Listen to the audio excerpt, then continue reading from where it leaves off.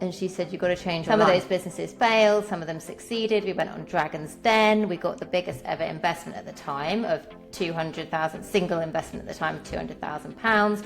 That business failed. I feel so blessed to wake up in the morning and feel normal. Hello grown-ups, and welcome to this week's episode of A Beginner's Guide to Being a Grown-Up. I'm Sam Cooper-Gray, your host, and this week we have the amazing Emmie Faust joining us. Now, Emmie is the founder of Female Founders Rise. She is a serial entrepreneur and she has started, grown and failed at business across her life. And her journey with us today will take us through her struggles with mental health, moving her and her family across the country and back again post-COVID, and the things that she's learned and the advice that both she's been given and she is giving to us. So happy to have her with us today. Enjoy the episode. Emmie, welcome to the podcast, and I'm going to kick us off by asking you a very big question, which is tell us a little bit about your journey into adulthood. I think that could be a very long journey, so I'm actually going to try and do a whistle-stop tour and do it very fast, because I think I could just go way too deep on this and go into way too much detail. Went to Bristol Uni, struggled a bit there because I didn't really find what I was enjoying. Managed to sneak a year off in the middle and go and do a ski season without anyone caring. Came back, got a 2-1, didn't know what to do with myself. Did some work for various cool people, including a very brilliant woman who was my first boss, who totally inspired me and showed me how to be a good leader and a good boss. Went and worked in the gambling industry because my friend was doing that and he was flying around the world and having a great time. I had no interest in gambling, but I did have interest in going and staying in nice hotels and going to conferences. That took me off to Gibraltar, and I went and lived in Gibraltar for a while. Gosh, I don't think I've ever told anyone all these stories. Then I came back to London. Whilst I was at an events dinner, I sat next to a guy who I knew, and we decided at that events dinner, probably having had a few glasses of wine, that we were going to set up an agency, which we did. And the next day or the day after, we had an agency called Jack Media. And that guy was called Ed. He became my co-founder. We set up multiple businesses together whenever we saw an opportunity in the market to do something different. Some of those businesses failed, some of them succeeded. We went on Dragon's Den. We got the biggest ever investment at the time of 200,000, single investment at the time of £200,000. That business failed, but whilst that business failed, we also had other businesses that were going along and ticking over. We ended up selling 2 of the businesses. We ended up exiting another business and closing it down because we made a lot of money in a very short amount of time through a sort of internet hack. And we also had quite a few failures. And that brought me to being about 35. I had 3 kids at the time. I was pregnant with my 3rd when I sold our business. And then I went on to become a Pilates teacher because I thought I wanted to do something different. And I got really good at Reformer Pilates. And then I decided I didn't want to be a Pilates teacher because I liked doing business and I loved being an entrepreneur. I then had another baby, so that brought me up to 4 babies, and I set up another company, and that didn't go to plan, so I closed that down and I started doing consultancy. Did that for a while, found that was a very thankless, loveless job stroke role, had a breakdown, moved my whole family to Wales. That didn't work out. Moved everyone back to London. Had to change my whole life again because it wasn't sustainable. Started therapy, started meds, and started a little passion project called Female Founders Rise. And also decided that I would invest my profits from selling my home in Wales, my second home, which I bought when I sold my business, into female founders. So I think I've managed to do about 25 years in a few in a few minutes. Sorry, I don't think I even took a breath there, and I was like, I mean, right, so I've got so many questions. Right, so I'm going to take you right back then. So how did you manage to take a year out from uni and go to a ski season? Like, everybody listening's probably wanted to do something like that. So tell me a bit about that. I know. Well, that was a bit of a coup, actually. So I'd already done... Oh, no, I hadn't done a ski season. I'd done a gap year before uni, and I'd been working. And I remember getting to uni and just thinking, I don't actually want to be here. I've just been like out in the big wide world, earning money, traveling the world. What am I doing going back to uni? Then I did this course, which didn't really fill me with joy when I got there. And I hadn't realised that you're meant to buy the books and if you don't have the books and you don't go to lectures, because I don't think I was probably going to enough lectures either, you're not going to do very well. So I remember I bought one book, which was management accounting, and I got a first for that, and I didn't buy a book for anything else. And I basically did really badly in some of my exams. I think I got a third in my financial accounting. And I remember just thinking, I don't want to be here. This is really boring. I just want to take some time off.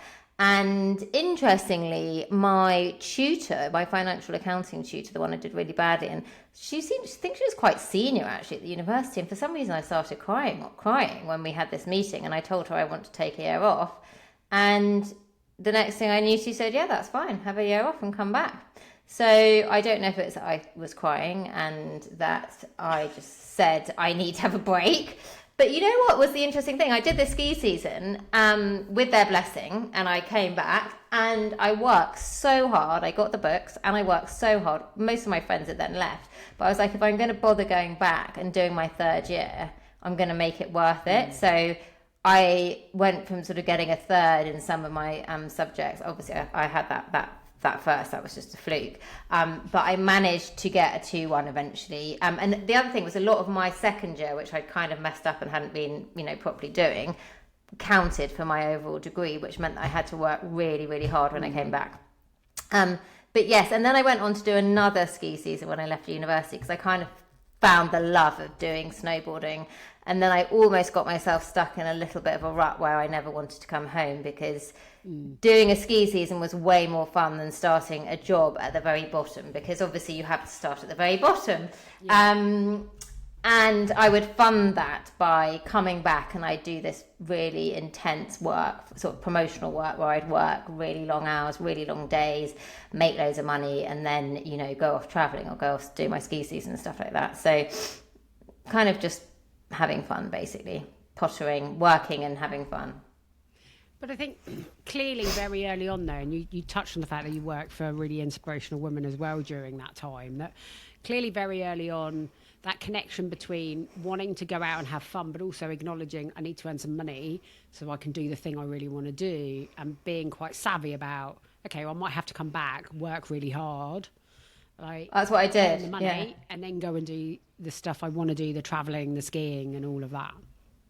Yeah, so I remember I worked at the Ideal Home exhibition, and I think I'd average about 100 quid a day or 150 quid a day, and it was like a 20-day exhibition, and I think I worked probably like 18 or 19 of those days. So I was like literally flat out. That's all I could do or think of. But then I went off with like 2.5 grand in my pocket, aged 19 or 20 or whatever it was, having worked so hard. But then I was like, well, I can just go skiing now, snowboarding now for a while.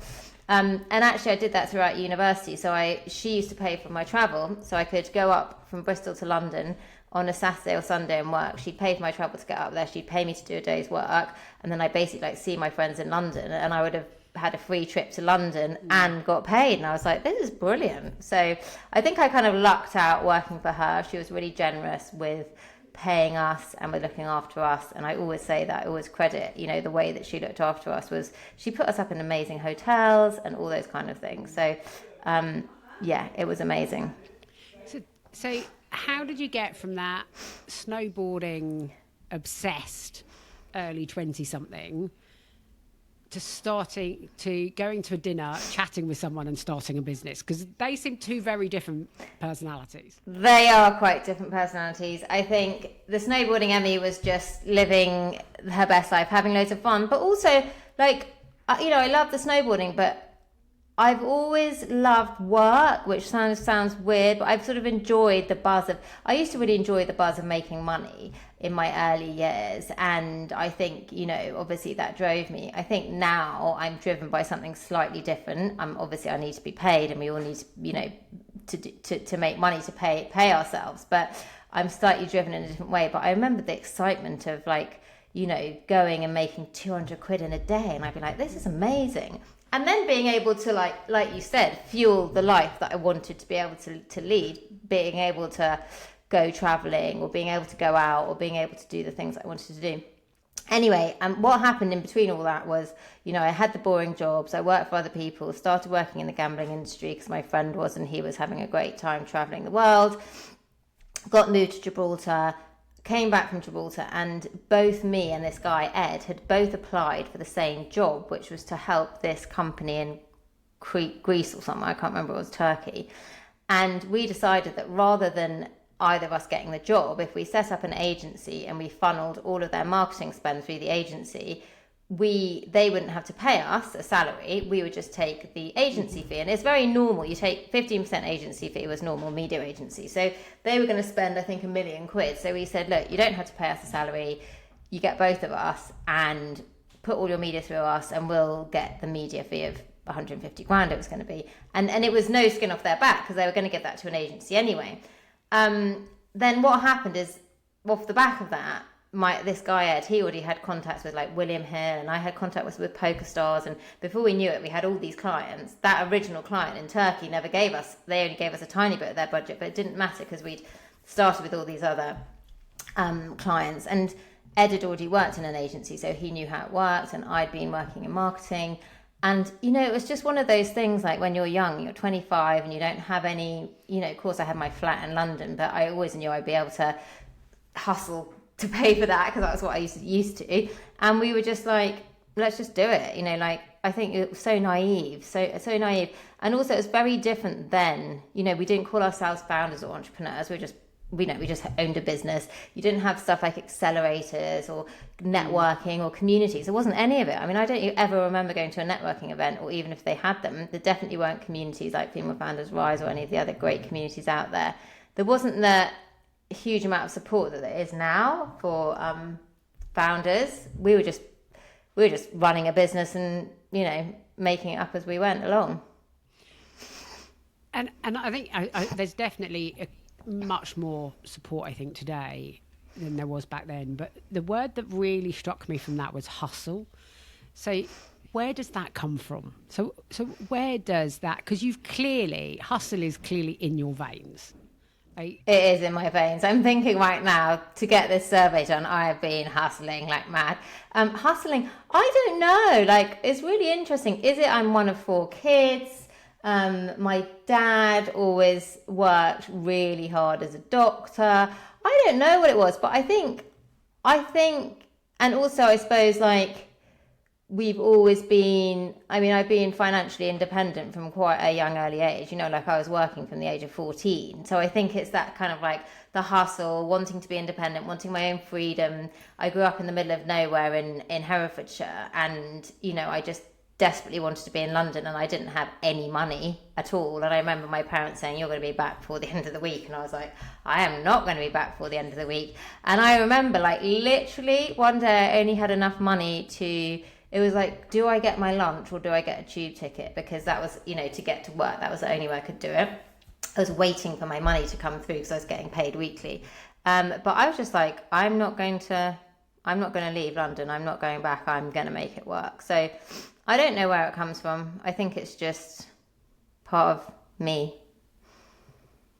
And do you think some of that is, maybe, you grew up with, so you're one of 4, right? So, growing up with siblings, you have to kind of compete for attention, or just, watching your dad work really hard as a doctor. But I think there's a real common theme in entrepreneurs, which is this inability to give up. It's really interesting. I don't know. I also just think I love entrepreneurship, and maybe that was always going to excite me, and I kind of fell into it. And my brother and my sisters aren't entrepreneurs. And interestingly, I went and worked at Google for a bit. I did a few jobs where I was employed by people, and I never felt like I do now. Even though when I worked in the gambling industry, running an agency which had a lot of gambling clients, I didn't like the clients, and I didn't really like the industry I was working in, but I loved having this business and being in the flow, and I look after all the finances and hiring people, and I really loved the team and making sure that they were learning, and that we were all, it was, I don't know, it's you've got so many balls to juggle and you're learning so much. I think I love learning. I'm really curious, and I love learning, and I love hearing about other people's businesses and what they're doing. And I feel sometimes I ask too many questions. Some people are like, God, you ask a lot of questions, don't you? And it's yeah, but I just want to understand how it all works. I'm very curious. So yeah, for me, I don't know what it is. I just love. I've realised the other thing is I think about work and entrepreneurship a lot, and I used to feel really bad for that and think there's something wrong with me because I'm kind of like, none of my friends want to talk about their work, but like I just think about it all the time. I love it. And then I sat at dinner, like I'm sure you've had this with some other entrepreneurs and some of the women I've invested in, and we just love talking about business, and we all say, oh my god, it's just so nice to be able to sit here and all talk about what we do because we're so passionate about it, and it lights us up and it like drives me, and it's a big part of me. It's a big part of what I do, and I think it's like that with many entrepreneurs. You know, it's difficult to switch off, but also it brings us joy, and often, I'm not saying always, sometimes it's really stressful. It can be really all encompassing, but a lot of the time we're doing it because we decided that that's what we want to spend our time on.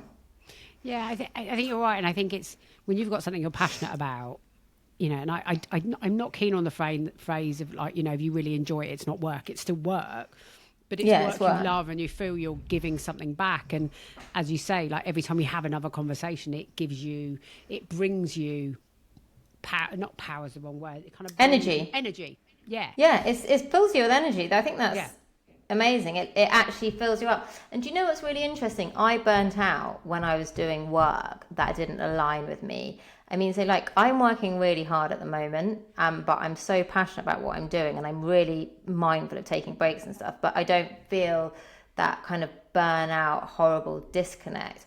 Whereas when I was doing my consultancy and working with some clients that it was, you know, tricky, and maybe I wasn't getting any recognition as a consultant, you're kind of left out, you're not part of anything, and you feel a bit like a cost that no one wants. I found that really hard, and that's what like led me to burnout. So I really do think that yes, it's hard work, but when you're doing something that you believe in, the mission and the big end goal, and you can see that you're on this journey, it makes sense why you're doing it. Whereas when you're not aligned, then that's when the work can make you ill. Yeah, it's that sense of purpose, isn't it? I think makes a big difference. So, so you touched on your burnout when you were consulting. You also touched on moving the entire family to Wales and back again. Can you tell us a little bit more about kind of that journey through both the kind of big family move and it was really tough. Burnout and it all happened at the same. So it all happened at the same time, and it was obviously all interlinked. Like the fact that I decided to move my family of 4 kids to Wales. I bought a house there when I sold my business with the money because I wanted to have something to show for it. And then after COVID, we'd had a really tough COVID. My husband had a skateboarding accident. It actually was quite serious, and he'd really hurt himself, and he'd been off work. And then we had 4 kids, in the house during COVID, and did I say my husband then lost his job? I can't remember where that all fit in, but he lost the job that he loved, and I think that was during COVID actually.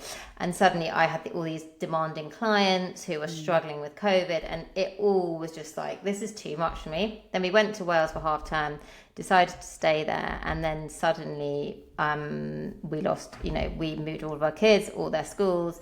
It was just a massive overhaul that was probably not needed, and obviously the stress that put on the children, which then put it on me. Then I started getting ill, and then everything just started going downhill quite a lot. I got a lot of physical things wrong with me. I got a lot of mental things wrong with me. I felt like I couldn't cope. I couldn't be left on my own to look after the children. Alex was saying he needs to come to London for work, and I was literally crying saying, you can't leave me on my own. I wasn't well enough to look after them. My brain felt like it was inflamed. No one knew what was wrong with me. I went to see doctors of every single kind about all the different ailments that I had. I mean, literally, I had so many things that were going wrong, and I just couldn't understand. There was like another thing. And basically, it turns out it was a mix of long COVID, breakdown, and the perimenopause, which all came together. I think the perimenopause was kicked. I mean, obviously, like we're all in that stage from in our, late 30s to 50s or whatever it is. But I think it was all kicked off because I was totally fine for quite some time. And then I had all these tests done, and all of my hormones were like on the floor. My cortisol was barely, tracking up in the morning. It was almost like I kind of felt like just that I never felt like I was awake. in the morning. Yeah. And I was still trying to function and be a mum, and I didn't have my close friends there, and I didn't have any support. Like, obviously we have childcare and cleaner and people to help us, because, you know, when you've got 2 working parents and you've got a lot of children, you know, I think, you know, having support is one of the main things you need. And I lost all of that in Wales, because there was very little support for us. So yeah, that was really tough. And then I spoke to one of my best friends, and she was like, what are you doing? Come back. You need to get back here now. So we came back in, I think it was like the October half term, to our empty house. I'd planned to rent our house out in London, but because I'd been so ill, I hadn't been able to come up and sort it out. So we came back to an empty house that hadn't had anyone living in it for 2 months. And I said to Alex, what are we doing? We need to get back here. So then we had to try and get all 4 children back into their schools, which are all oversubscribed in London. So it's very easy to get them into the schools in Wales, because they literally took us on without even... We were in the school the next day, and then they said, well, don't worry, we'll talk to the authorities and get you in. In London, it was the other way around. And I think we had something like 17 schools, between 4 of them in that 10-month period between moving them to Wales and bringing them back to London. Like my eldest, for example, went to 4 secondary schools in the space of a year. So that was also very stressful, you know, with them constantly getting new uniform, getting them to a new school. That school, they're not happy there. And yeah, I remember having, you know, there was something like, I was ill a lot longer than I kind of thought. I kept thinking, oh, I'm getting better, and then something else would happen. But I did have this weird belief that I knew I was going to get better. It just took me a long time. And finally, how it all basically, you know, wraps up is I found this amazing doctor. I went to see her. It was a private doctor. I'd been to see loads of doctors previously. And obviously, lucky I'm in a position to do that. And we sort of tracked like literally everything that was going on with me. If it was, you know, like, is it alcohol? No. Is it this? No. Is it that? No. Try this, you know. And basically what we noticed was I was really struggling after very small episodes of stress, like tiny little stressful things that weren't really ever stressful. My sister coming to see me, or, you know, something really small would literally set me off for like a few days. And it was at that point that she said, I think you've got long COVID, and what's happening is your, you know, minor stress is kind of setting you off, and it was making me anxious, and the anxiety was making me ill. And that's when I started on anti-anxiety meds, and I started on with therapy. And she said, you've got to change your life. And so I stopped my consultancy, which was one of the other things that was creating a lot of stress for me, that particular role I was doing. And that's when I started changing my whole life. So everything from the past changed. I said, I had to do something. Like you said, I'm always got a little project. And I thought, I'm going to just, what can I do that is like totally stress-free? I don't have to answer to anyone, but will bring me joy. And I thought, I'm just going to help female founders. I know there's a need. I'm going to set up a little project. And I put a couple of LinkedIn posts out. I made a, you know, company page on LinkedIn. I called it Female Founders Rise. I don't know where that name came from. It just appeared to me. And I said, you know, I think I was doing like maybe every 2 weeks, I'd just do like a free marketing Q&A or something. My background, I've got loads of experience in marketing and media. And it just grew. And then people were like, when are we going to have the first in-person event? And then I was like, I've never run an in-person event in my life. I've never run a community in my life. In fact, I'd run a few communities that hadn't worked out, but nothing of this kind of size. And I was petrified to run the first event, and I was still getting better. I hadn't been able to go to events. I hadn't been able to go to a dinner party. I hadn't been able to go and see, you know, be in big, busy places. I remember being in Paddington train station. I was absolutely petrified. I just couldn't be there. It was so overwhelming to then have to go and like host an event with 10 people. And I remember thinking, I'm going to call it off. Anyway, I didn't. I managed to do it. And that 10 people, then they were like, when are we didn't do the next one? And I think what's happened really interestingly is the community have been a big part of my recovery, because as I've started to feel better, I've allowed myself to do more and to like lean in more to what they want. But also, if I ever feel like it's getting overwhelming, I'll just shut my laptop and cancel all my meetings. No one cares. Yeah. And I think also one of the things I've seen on your community is and you're so honest about it now, and you talk about it within the community, is that actually so many other of the founders feel the same way.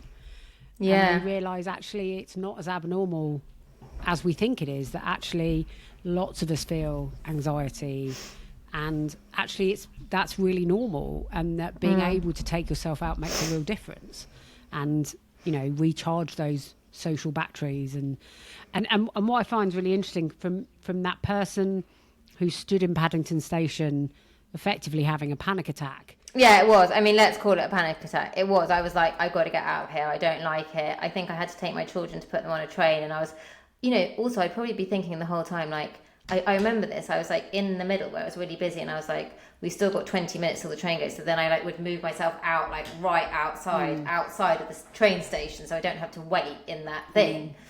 And I mean, it was really too much for me. So sorry, you carry on. You're saying that person who was in Paddington struggling. That person who was in Paddington really struggling to, I think one of the first times we met face to face was at your event at Google. Female Founders Raise. In January last, I can't remember what it was. And just 250 founders, investors, funders, like the who's who of entrepreneurship and investment on the stage. Like that's an amazing journey, all driven by your initial desire, even in a point when you were at your lowest, of going, I just want to do something that helps other people, and to turn it into something. And how many active members do you have now on Female Founders Rise? Is it 10,000? Yeah, just over 10,000. Yeah, and they are all active. I know, and do you know what? That was the thing that I was most proud of. And my good friends, like I went to see Annie Mac in Gunnersbury Park the other day, and I was smiling, and my friend said, "Oh, it's so good to see you, Ems." They said, "You wouldn't have been able to do this a couple of years ago, would you? It's so good to see that you're here." So I forgot, like I couldn't do any of those things which we take for granted, just going to like a concert or festival or whatever. I mean, even now sometimes I could feel myself a bit like, oh, this is quite busy and whatever. And I do sometimes feel when I'm hosting these big events and I'm standing on the stage, I am sometimes feeling a bit overwhelmed and anxious, but I'm talking to myself inside being like, you've been through this, you've had those panic attacks before, you're fine, even if you're feeling weird now, you're going to be fine. And I can kind of talk myself down. But I think that was probably like the thing that I was most proud of, that, I mean, let's call it like the one you came to was a year ago. So that 2 years after I was really ill and unable to do anything, I've had a lot of help and support, and I'm still taking very low dose meds, but I was able to stand on a stage and do the work I love in front of everyone. I've never stood on a stage before, even when I was well. So to do that, it felt like, that's what I felt most proud of. And I think, Alex, my husband, sees that, and I came home the other day and there was like a massive, massive bouquet of sunflowers here, which is like my favorite flowers. And he just said, I see your work and I just want to say I'm really proud of you.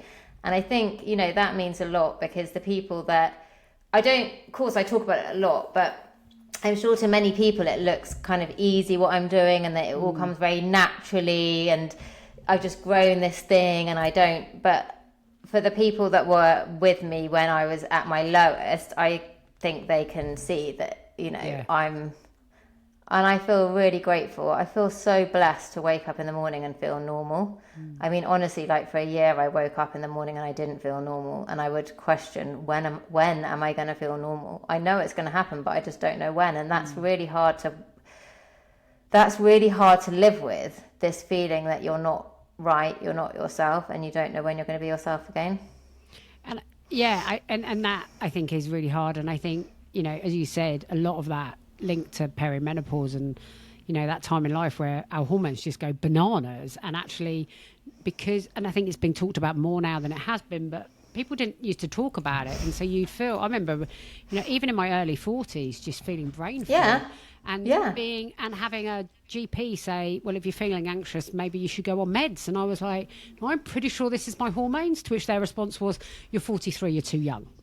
That's when I started an HRT at 43. Yeah. Well, they wouldn't put me on HRT at 43 because they kept telling me I had anxiety, and I was like, I know myself quite well, I don't. But I think it's that acknowledgement, and that it's a journey, And, you know, as you say, you think where you were a few years ago and then where you are now. And it takes a village and help and people acknowledging that there's nothing wrong with you. That actually it happens and we just need help to get through it. That's going to take me to my next question, which is, what's the best decision you've ever made? Marrying my husband, Alex, because he's been amazing. He's such a big support to me. He was the one that first said to me, I think, when I was ill, he was sat down on my bed and he said, I think, this is your hormones. And luckily I'd watched that program, who was it? What's her name? Davina McCall program with him. I'd made him watch it, and I thought, gosh, I was 42 or 43, and I thought, this is me in 10 years' time. I hadn't actually realised. And he said, I think, you need to see the doctor about that. But also, he's just been such a massive support for me all the way through. He's been my biggest cheerleader. He comes and, is on the door at the Female Founders Rise events. When I started my anti-anxiety meds, I went on my first solo holiday, which I was absolutely petrified about. I was petrified to leave him. I didn't think he was capable of looking after our children because I had such bad anxiety. Anyway, I came back and they were all absolutely fine and had a brilliant time. And I said, I feel so well. And he said, go again. So literally a week later, I went for 10 days. So I came back from my first 4 days of solo holiday, which I'd been petrified to go on. And because I felt so good and he could see I felt so good, he sent me off again. And ever since then, I've been going on solo holidays for anything from 3, 4, 5 days. He always encourages it. He always says, I think you should go away on holiday again now on your own. He is, and he does basically also, because when I had my breakdown, he kind of had to take over with the kids a lot. So he would, take them off at the weekends and stuff. And he's kind of carried on doing that. So on a Sunday, I will generally be free and he will be in charge. It's just like an unwritten rule. He just says, right, I'm going to take the kids off to do this. If I want to join him, I can. But he basically leaves me free to have that day to recover. Last night I had a massage. He's like, oh, I think it's about time you had another massage, babe. Because with a joke. But he's like, he wants all those things for me because he doesn't ever want me to be in that space again. So I think that was an amazing decision I made. I mean, of course, when you're 25 or 26, I met him when I was 26 through my business partner. I got engaged at 28. You never know when you're 28. I mean, we were just having a laugh and, going out partying, and I just thought he was a great, nice guy. You don't know how you're both going to move and if you're going to move in the same direction. And you don't know this person that you love at 28, you don't know how they're going to behave or how they're going to react when something really challenging happens. Yeah. And it was really challenging for him and it was really hard. And I think I feel blessed to have that. And I know even now, the fact that I can be honest with him about when I'm having my wobbles and struggles, and I could even just say, I'm really not feeling great at the moment. And he knows, right, okay, that's it. Everyone get away from mummy, let mummy go off and recover. But I think I'm lucky for that. Yeah. And that begs a slightly different question that I want to ask you, which is, you obviously met him in your kind of mid to late 20s. We talked about the decisions you made around kind of changing university degree, taking time out when you're younger. If your 18-year-old self could see you, what would she think? What would she recognise and what would she be absolutely blown away by? Well, I mean, if my 18-year-old self could see me, that's such an interesting question. I'm just looking at, thinking what my children say about me. And sometimes it's like, Mummy, you're so embarrassing. Don't say that. Don't do that. I think she would be really proud of all the stuff that I've gone through and where I've come out the other side. I think, you just don't know what lies ahead of you, do you? But the interesting thing is we're all going to go through challenges. I mean, that is just how life is. But you don't know what that's going to be. What was the other part of the question? You were saying what would she be amazed by? What would she recognise in you? And I'm guessing the hustle she'd recognise. But exactly, the hustle. I think she would be. I think it would be mainly the fact I've come out the other side and I'm doing the work. Just the fact that I'm so living in my purpose and my why, and for so long when it came to sort of work. I was hustling and doing the stuff that I didn't love. I like being an entrepreneur, but I look back at like all my jobs and all the things I did and the industries I worked in, and like, oh God, what was I doing that for? And I hated that. But like each little bit that I did over the last 20 years, those companies that went tits up, the ones that were a mistake, the people that didn't work out, all of that has come together in this like perfect match for me now, and I'm doing the work I love, and honestly, like I hope I'll do it forever. So I think that's what's really amazing, is like looking back, it all makes sense, but when you're in it, you're questioning like, why am I doing this? When I worked in that gambling agency, when we had an agency, I would just be like, every day I was like, I hate this. I was running an agency. I couldn't just shut it down. We were employing people, but I was like, I hate this. I don't like working in this industry. I didn't have any purpose. I didn't feel really empowered. I just liked the fact that I was making money, employing people, helping them. I used to love taking all the placement students and, scooping them up and getting them, ready for jobs and stuff like that. But I didn't enjoy the work, let's say that, but now I do. So I think that would be the main thing. I'm also thinking like, I think my 18-year-old self would be like, oh, you're not very fun anymore. I was watching Celebrity Traitors with Alan Carr, and I just said to my daughter, I just want to be like him. I want to be more fun. And then I can't remember when we were doing something, and she said to me, but Mummy, you said you want to be more fun. And I was like, I know I do. I want to be more fun. But I would say the responsibility of being a parent has taken some of the fun out of me. That responsibility, that deep, responsible for people. And I feel like it's hard to get that back. And it is something I try and remind myself. I do need to be more fun. My husband's way more fun than me. He's the fun one. So that takes me to my next question around... So I like to ask people about advice they've been given, because we all get given lots of advice. So can you tell me about... I'm sure you've been given lots of advice over the years as well, and given advice as well probably, but what's the best piece of advice you've been given that you completely ignored? Oh my gosh. The best piece of advice I was given that I completely ignored... I probably forgot about those if I ignored them. I don't know. Do you know what? That's such a weird thing. I'm always asked about what's the best piece of advice I've been given, and I can think about lots of those. Have I ignored? Ooh, I might have to come back to you on that one. Okay. Is that allowed? I have to have Of course it is. That's I feel like that's a challenging question, because I actually don't know if I would remember that I've ignored it. I have had a guest who said, well, if it was good advice, I wouldn't have ignored it, which I thought was a brilliant answer. We can come back to that. I have to have a think. We'll come back. I'll probably have a brainwave, maybe tonight in bed, and I'll be like, oh gosh, the podcast's over. I have to tell Sam. And you can add it into the show notes. Yeah, don't worry. We'll make it a reel. Don't worry. So let's go back to then, and you may come back to having more fun being the answer, but if you were going to set a personal challenge to our listeners, what would that personal challenge be? Well, I love the one of having more fun, but it probably wouldn't be that. I think what I would say to the listeners, which might sound weird, but I have really focused on finding the confidence to talk about my story, what I'm doing, why I'm doing it. And from that, I have grown a following on LinkedIn. I've built a community of female founders. All of this has come about because of me on LinkedIn, sharing my story, encouraging people to get involved. So I would say, building your personal brand. And I always find that word personal brand a bit like, yeah. So it's not about like, because it kind of feels like you're building an asset. I'd say more like finding the courage to get out there and meet people and build relationships. So networking online and networking offline, going to events, going to communities, and being out there, telling people your story, telling people what you do, showing your expertise, sharing your authority, doing that on LinkedIn. You can do that in the comments of other people's posts. You can start creating your own content.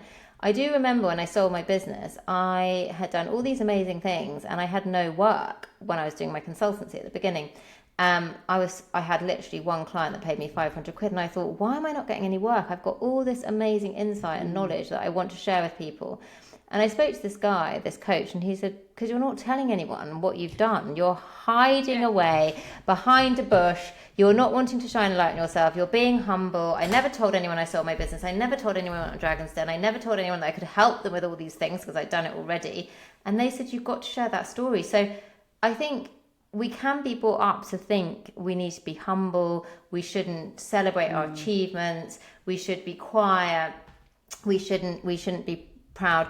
We shouldn't be showing off or overconfident, and that in turn makes us scared and reticent to share our journey and to share our work and to share the ways that we can help people. And actually that's when I started, very slowly coming out and saying, oh, I have been on drug, oh, I might be able to help you.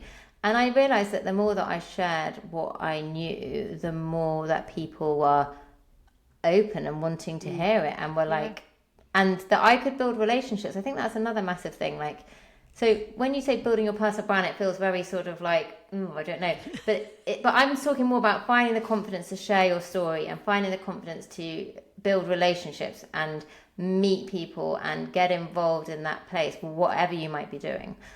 So yeah, I challenge you to do your first post on LinkedIn. And if you do, feel free to tag me and I'll engage. Excellent. I love that. Do your first post on LinkedIn and get out there and do some networking and share your story about your successes. I think that's really powerful. So thank you so much for sharing your story with us today, Emmie, because it's been so interesting, and the ups and downs of life. And I think so many people, it will resonate with so many people that listen. And as you said, you've been, and we talked about advice before. So what would be, so if we turned the Beginner's Guide to Being a Grown Up into a book, what would be your biggest piece of advice you'd want to go in the book? My biggest piece of advice is it is going to be okay in the end, but it's going to be a bit of a journey. And you have to have the belief that it's going to be okay, and holding that belief is so important. That was the one thing that really got me through. And also, the other thing that I think is relevant in business and life is don't underestimate the power of community and the people around you. The support that we can give each other and the support that we can get from each other and that we can give is just amazing and can help, take us through those challenging times and be with us in the great times. And we also have that ability to be that person for other people. So those would be my things. Like, you will come out the other side, even if it's tough, but remember to lean on your community and vice versa, and know that it's not going to be forever. Yeah. I love it. What a great piece of advice to end on. Emmie, thank you for sharing your story with us today and your nuggets of knowledge and what you've learned through your up and down journey. And I know Female Founders Rise will continue to grow and grow and grow. So thank you. And thank you for your support. You've been a big cheerleader of my work and women entrepreneurs in general. And it's amazing that our paths cross. So thank you, and for inviting me on here. Oh, my pleasure. Thank you for listening to this week's episode of A Beginner's Guide to Being a Grown Up. Please do like, follow or subscribe wherever you listen or watch us each week. Next week, we have Liz Bradford joining us. She is going to walk us around the world with her international career, from a small farm in the UK to a number of different countries around the world. And I know you're going to enjoy listening to her story and listening to the things that she's learned along the way. So please do join us. And in the meantime, enjoy being a grown up.